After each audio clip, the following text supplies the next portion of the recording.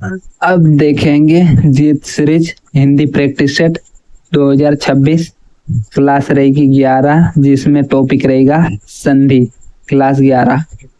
तो पहला क्वेश्चन, दो या दो से अधिक अत्यंत समीपस्थ वर्णों के मेल से जो परिवर्तन होता है वह संधि कहलाता है। दो या दो से अधिक अत्यंत समीपस्थ वर्णों के मेल से जो परिवर्तन होता है वह संधि है। फिर देखेंगे व्याख्या, वर्णों का मेल संधि, वर्णों का मेल किसे कहते हैं? संधि को। और शब्दों का मेल समास को, शब्दों का मेल समास को, और वर्णों का मेल संधि को। विस्तृत विवरण, जब दो वर्ण पास पास आते हैं तो उनके जुड़ने से एक नया विकार या परिवर्तन उत्पन्न होता है जिसे संधि कहते हैं। वही दूसरी ओर जब दो या दो से अधिक शब्द मिलते हैं तो उसे समास कहते हैं। जब दो वर्ण पास पास आते हैं तो उनके जुड़ने से एक नया विकार परिवर्तन या उत्पन्न होता है जिसे संधि कहते हैं। वहीं दूसरी ओर जब दो या दो से अधिक शब्द मिलते हैं तो उसे समास कहते हैं, तो उसे समास कहते हैं। दूसरा क्वेश्चन, संधि के मुख्य तीन भेदों में कौन सा शामिल नहीं है? शब्द शामिल नहीं है। संधि के मुख्यतः तीन भेदों में कौन सा शामिल नहीं है? शब्द, विसर्ग शामिल है, व्यंजन शामिल है, स्वर शामिल है। तो व्याख्या क्या है? स्वर स्वरों का मेल, स्वर स्वरों का मेल। व्यंजन एक व्यंजन आने पर व्यंजन संधि, एक व्यंजन आने पर व्यंजन संधि। विसर्ग एक तरफ विसर्ग, विसर्ग एक तरफ विसर्ग। विस्तृत व्याख्या, संधि के मुख्य रूप से तीन ही भेद होते हैं: स्वर संधि, स्वर प्लस स्वर, व्यंजन संधि में व्यंजन प्लस स्वर या व्यंजन, और विसर्ग संधि में विसर्ग या स्वर प्लस स्वर या व्यंजन। शब्द संधि नाम का कोई भेद नहीं होता। तीसरा क्वेश्चन देखेंगे, स्वर संधि से निम्नलिखित का संबंध किससे है? स्वर संधि से निम्नलिखित का संबंध किससे है? ए यानी दीर्घ संधि, गुण संधि और यण संधि। व्याख्या है, स्वर संधि के 5 प्रकार है। स्वर संधि के 5 प्रकार है। तीसरा है वृद्धि और अयादि संधि। विस्तृत व्याख्या, स्वर संधि के कुल 5 उपभेद होते हैं। पहला दीर्घ संधि, तीसरा गुण संधि, तीसरा वृद्धि संधि, चौथा यण संधि और पांचवा अयादि संधि। चौथा क्वेश्चन, स्वर संधि की अनिवार्य शर्त क्या है? स्वर प्लस स्वर। स्वर संधि की अनिवार्य शर्त क्या है? स्वर प्लस स्वर। विस्तृत व्याख्या, स्वर संधि केवल तभी होती है जब पहले शब्द का अंतिम वर्ण भी स्वर हो और दूसरे शब्द का पहला वर्ण भी स्वर हो। यदि एक भी तरफ व्यंजन या विसर्ग आ जाए तो वह स्वर संधि नहीं रह जाती। विस्तृत व्याख्या, स्वर संधि केवल तभी होती है जब पहले शब्द का अंतिम वर्ण भी स्वर हो और दूसरे शब्द का पहला वर्ण भी स्वर हो। यदि एक भी तरफ व्यंजन या विसर्ग आ जाए तो वह स्वर संधि नहीं रह जाती। पांचवा, सूर्यास्त शब्द में कौन सी संधि है? दीर्घ संधि। सूर्यास्त शब्द में कौन सी संधि है? दीर्घ संधि। व्याख्या है, सूर्य प्लस अस्त, अ प्लस अ बराबर आ। दीर्घ नियम है अ प्लस अ आ बड़ा आ। छोटी ई प्लस छोटी ई से बड़ी ई, छोटा ऊ प्लस छोटा ऊ से बड़ा ऊ। तो विस्तृत व्याख्या देखेंगे, सूर्य के अंत का अ और अस्त के प्रारंभ का अ मिलकर दीर्घ आ बन जाते हैं जिससे शब्द सूर्यास्त बनता है। यह दीर्घ स्वर संधि का सटीक उदाहरण है। विस्तृत विवरण, सूर्य के अंत का अ और अस्त के प्रारंभ का अ मिलकर दीर्घ आ बन जाते हैं जिससे शब्द सूर्यास्त बनता है। यह दीर्घ स्वर संधि का सटीक उदाहरण है। छठा क्वेश्चन, संधि में वर्णों का मेल होता है जबकि समास में मेल होता है शब्द या पदों का। संधि में वर्णों का मेल होता है जबकि समास में मेल होता है शब्द या पदों का। विस्तृत विवरण देखेंगे।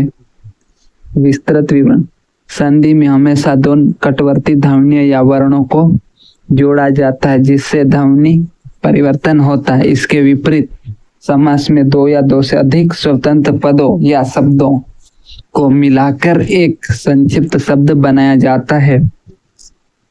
विस्तृत विवरण, संधि में हमेशा दो निकटवर्ती ध्वनियों या वर्णों को जोड़ा जाता है जिससे ध्वनि परिवर्तन होता है। इसके विपरीत समास में दो या दो से अधिक स्वतंत्र पदों या शब्दों को मिलाकर एक संक्षिप्त शब्द बनाया जाता है। 7वां क्वेश्चन, संधि विच्छेद का अर्थ क्या है? संधि युक्त वर्णों को अलग अलग करना।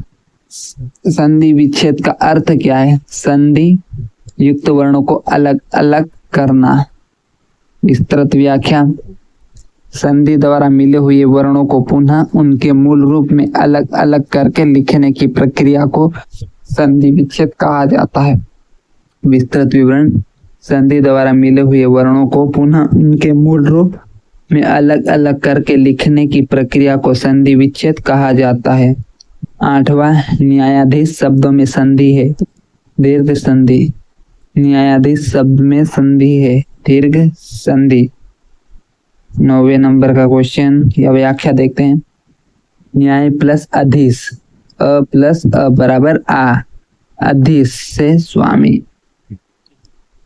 विस्तृत विवरण, यहाँ न्याय शब्द का अंतिम वर्ण अ और अधीश जिसका अर्थ स्वामी होता है का प्रथम वर्ण अ मिलकर आ दीर्घ आ हो जाते हैं, इसलिए यह दीर्घ संधि है।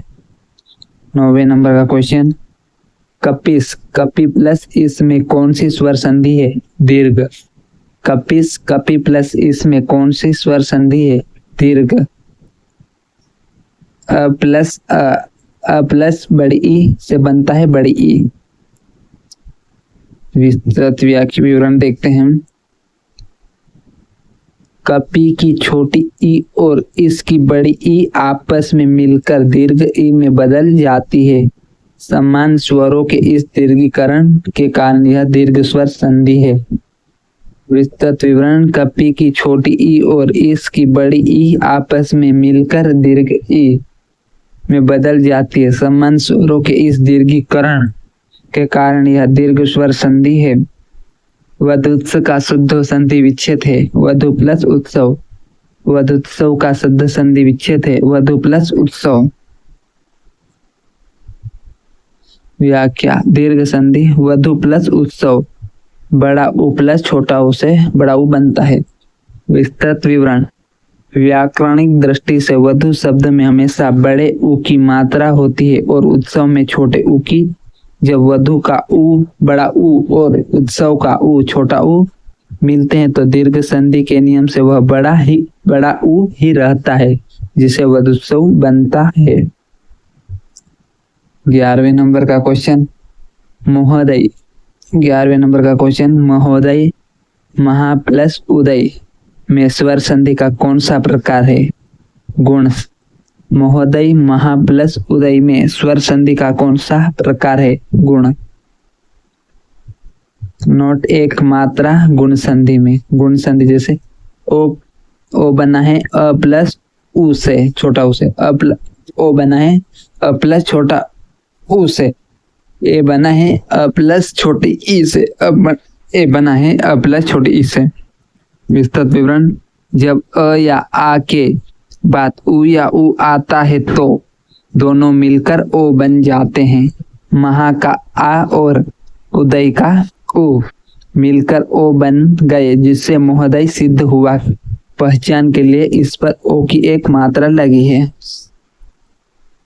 12वें नंबर का क्वेश्चन देखेंगे। महोत्सव का संधि विच्छेद है महा प्लस उत्सव। महोत्सव का संधि विच्छेद है महा प्लस उत्सव। विस्तृत विवरण, यह भी गुण स्वर संधि का उदाहरण है। यहाँ महा का आ और उत्सव का उ के मेल से ओ की मात्रा बनती है जिससे शब्द महोत्सव बनता है। सार्थक शब्दों के मेल के आधार पर महा प्लस उत्सव ही सही विच्छेद है। देवर्षि का विच्छेद देव प्लस ऋषि है, यह उदाहरण है गुण। देवर्षि का विच्छेद देव प्लस ऋषि है, यह उदाहरण है गुण। ऋषि गुणी आदमी को कहते हैं। महर्षि महा प्लस ऋषि। विस्तृत विवरण। गुण संधि के नियम के अनुसार यदि अ या आ के बाद री आए तो दोनों के स्थान पर अर हो जाता है। यहाँ देव अ प्लस ऋषि री मिलकर देवर्षि बनाते हैं। इसी प्रकार महा प्लस ऋषि से महर्षि बनता है। 14 नंबर का क्वेश्चन। सदैव शब्द में संधि है वृद्धि संधि। सदैव शब्द में संधि है वृद्धि संधि। सदैव सदा प्लस एव, सदैव सदा प्लस एव, तथैव तथा प्लस एव, तथैव तथा प्लस एव। विस्तृत विवरण। जब अ या आ के बाद ए या बड़ा ए आता है तो दोनों के मेल से वृद्धि होकर ए दो मात्राएं हो जाता है। सदा का आ और एव का ए मिलकर बड़ा ए बन गए, इसलिए यह वृद्धि संधि है। 15 नंबर का क्वेश्चन। मतेक्की का शुद्ध विच्छेद वर्तनी के आधार पर है। मत प्लस एक की वृद्धि संधि। मत प्लस एक की। विस्तृत विवरण। वृद्धि संधि के नियमानुसार मत का अंतिम अ और एक का प्रथम ए मिलकर बड़ा ए में परिवर्तित होते हैं। वर्तनी की शुद्धता के अनुसार एक की गलत शब्द है, सही शब्द होगा एक की, या इसका अर्थ होता है एकता। 16वें नंबर का क्वेश्चन। मोहस्म महा प्लस उष्म किस संधि का उदाहरण है? गुण। मोहस्म महा प्लस उष्म किस संधि का उदाहरण है? गुण।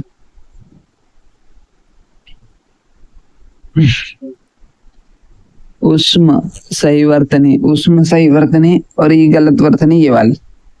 महा का अंतिम स्वर आ है और उष्म का प्रथम स्वर उ है। आ प्लस बड़ा उ के मिलने से ओ बनता है, जो कि गुण स्वर संधि का नियम है। ध्यान रखने योग्य बात यह है कि शुद्ध वर्तनी में उष्म बड़ा उ लिखा जाता है, न कि उष्म।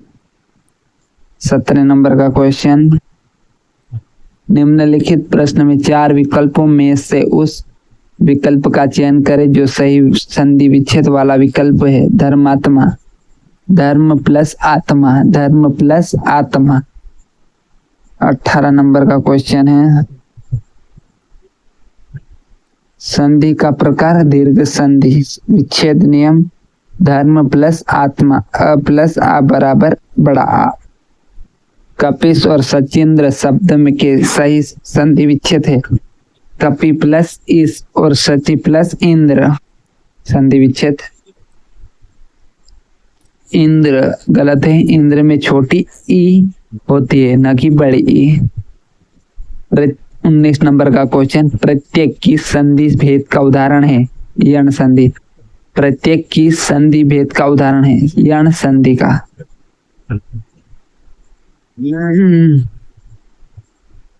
शब्दानुवाद उदाहरण अन्वेषण विच्छेद अनु प्लस ऐषण। यण संधि की पहचान या ट्रिक, यह व के साथ आधा अक्षर आए तो वहां यण संधि होती है। यह ई की मात्रा में बदलता है, यह ई की मात्रा में बदलता है, वह उ की मात्रा में बदलता है। प्रत्येक प्रतिधन एक, प्रतिधन एक। 20 नंबर का क्वेश्चन। इत्यादि इति प्लस आदि में संधि का भेद है यण। इत्यादि इति प्लस आदि में संधि का भेद है यण। 21 नंबर का क्वेश्चन। स्वागत का शुद्ध संधि विच्छेद क्या होगा? सु प्लस आगत। स्वागत का शुद्ध संधि विच्छेद क्या होगा? सु प्लस आगत। 22 नंबर का क्वेश्चन देखने से पहले ये देखते हैं संधि का प्रकार यण संधि।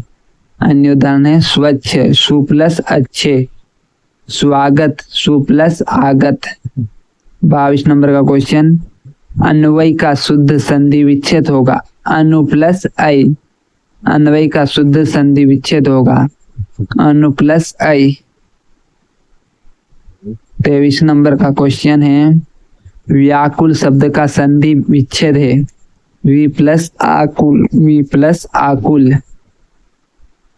24 नंबर का क्वेश्चन देखने से पहले देखते हैं, संधि का प्रकार होगा यण संधि, हल, वी प्लस आकुल।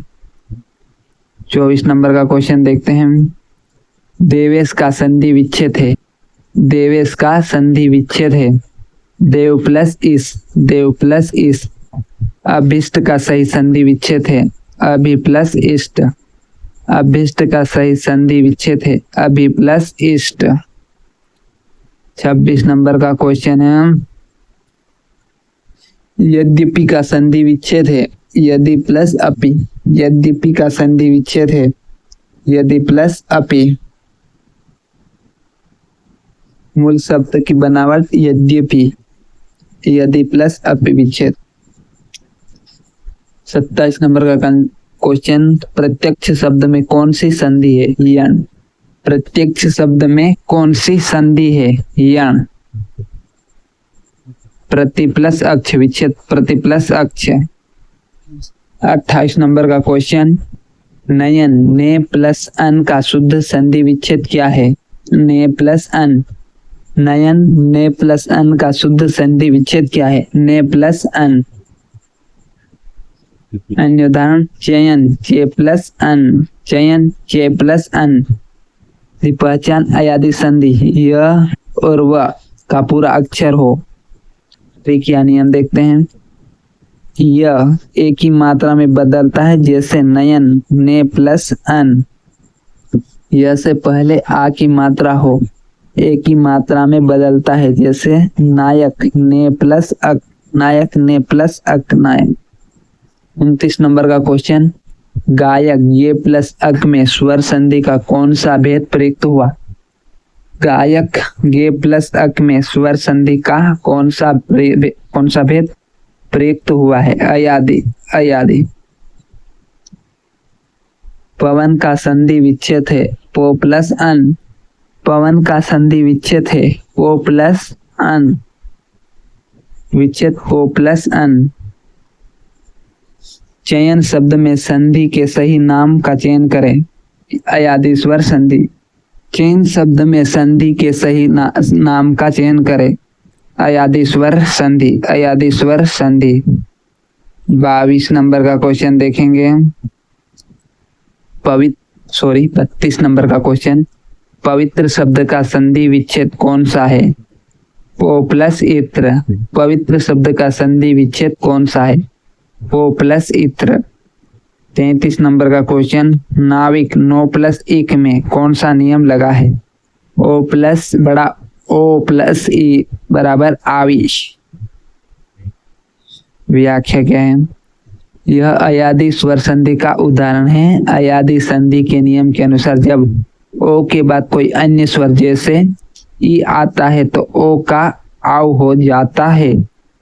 34 नंबर का क्वेश्चन, भावुक का सही संधि विच्छेद क्या है, भो प्लस उक, भावुक का सही संधि विच्छेद क्या है, भो प्लस उक।